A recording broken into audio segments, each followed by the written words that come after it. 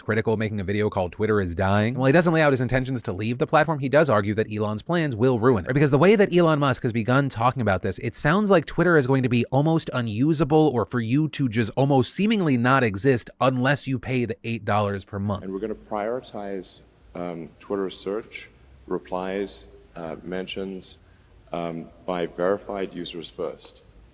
And yeah, this is if you're payment verified with blue checkmark, then you're prioritized, and hateful conduct pays. But if somebody risks losing even $8, the net effect will be over time that the verified users will pretty much always be at the top of comments and search, and you won't really see. You'll have to scroll far to see the unverified users, which will be the bots and trolls and whatnot. Right, the way that he describes it, it's hard not to see that as like shadow banning anyone not willing to give him $8. And while that will have zero impact on me, I've already been paying for Twitter Blue since it launched. The way Elon describes it is that he's putting a paywall on the service that democratized speech. And hey, like I've said from the beginning, it is now his thing to build or burn to the ground. But also this morning, I think Elon was like, people aren't talking about me for enough reasons, with him making headlines as of this morning for endorsing the GOP going into the midterms, tweeting to independent-minded voters, shared power curbs the worst excesses of both parties. Therefore, I recommend voting for a Republican Congress, given that the presidency is Democratic. Which, I mean, I saw a lot of people going like, wow, holy fuck, I can't believe he said this. To which, and I mean this in the nicest way, have you just not been paying attention? How is this surprising? He's publicly and privately complained that as a billionaire, he's being overtaxed. And when I say privately, I mean he spoke at a Kevin McCarthy GOP retreat with a no press fireside chat just a few months ago. He recently tweeted and promoted out right-wing misinformation about the Pelosi's, and that's in addition to primarily retweeting a lot of right-wing mouthpieces. And hey, as an individual, I think he's free to do this, obviously. Where my annoyance comes from is his kind of framing this as him being an independent. Everything in at least the last 2 years has pointed to that not being the case. And in recent months, right back in April, before he made himself the king of Twitter, he tweeted, for Twitter to deserve public trust, it must be politically neutral. To which I know a lot of Elon defenders will say, hey,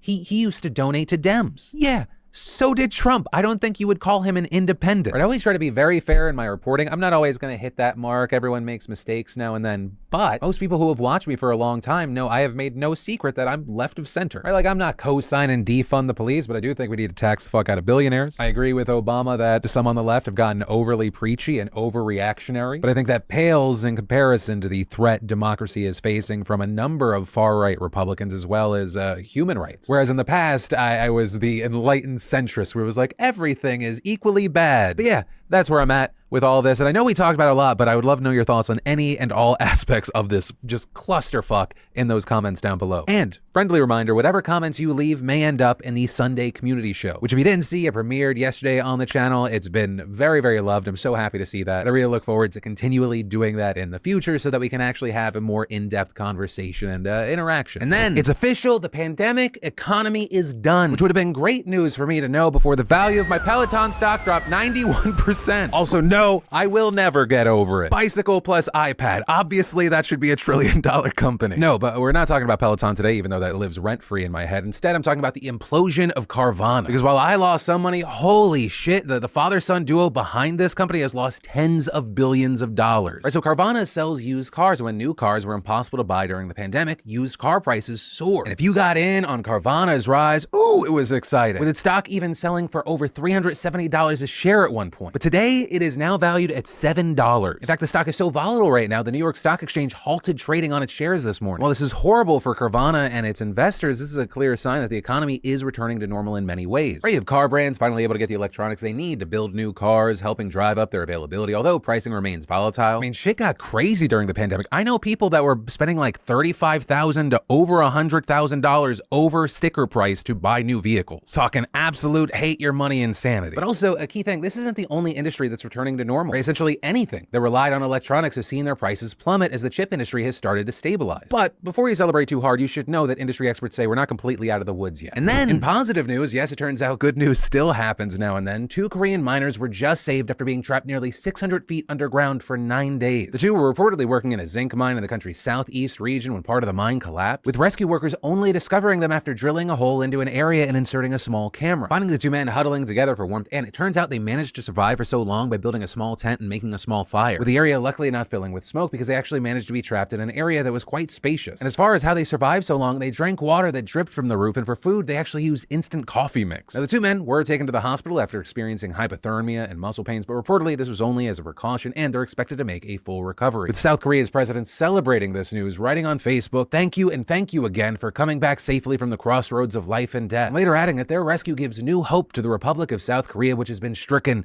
by grief, which is a clear reference to the recent Halloween tragedy we discussed there. And then, there's nothing like going on a long hike and it just starts raining, and then your shoes get soaked, which just by itself is horrible, and then if it's cold, your feet freeze. But thanks to our fantastic sponsor, Vessi, that doesn't have to be the case. Vessi's are great for the gym, running errands, vacationing, beach days, and muddy hikes. They're built for everyday life and perfect for all season because they actually keep your feet warm and dry through the rain, and with fall here, they're a great choice when dealing with unpredictable weather. They're 100% waterproof and snowproof sneakers that are incredibly comfortable and breathable. And Vessis are great for the whole family. They fit like a sock so you barely know you're wearing them, and whether you're hiking in the city or caught in a storm, these sneakers are highly functional and stylish. And get this, Vessi's giving away a pair of socks of your choice to the first 100 shoes sold using my code SOCKSDeFranco. And check out their early Black Friday sale at Vessi.com/DeFranco. Also, if you missed your chance to get a pair of socks, Vessi's early Black Friday sale is on right now, so get your style and size before they sell out. And then, the Republicans are very likely on the verge of taking back Congress, and for some reason, Donald Trump figured that was the perfect time to take a shot at one of the Republican Party's biggest stars right now. We're winning big, big, big in the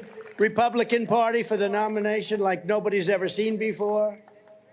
Let's see, there it is, Trump at 71, Ron DeSanctimonious at 10%. Ron DeSanctimonious. I just don't think that's gonna catch on. Or when you want something to stick, what is it? Keep it simple, stupid. That's a perfect advice. Little Marco, Lion Ted. And here's the thing, you got people buzzing about this moment because they're saying, hey, it signals a deepening rift within the Republican Party. Right, yeah, you got a ton of Republicans sticking to Trump like flies on shit, but many see DeSantis as a Trumpian alternative without all the baggage. But a key thing with this is I think it all just highlights how insecure Trump is. I mean, just last year, Trump suggested DeSantis could be his new running mate. But Trump now seemingly sees Florida man as a potential threat, with Trump reportedly telling advisors DeSantis is ungrateful and doesn't appreciate him. This is the Washington Post reported in September that the two hadn't spoken to each other in months. But then, after the DeSanctimonious stuff, on Sunday, Trump took the stage in Miami and seemed to endorse DeSantis for governor. Are you going to re-elect Ron DeSantis as your governor of your state?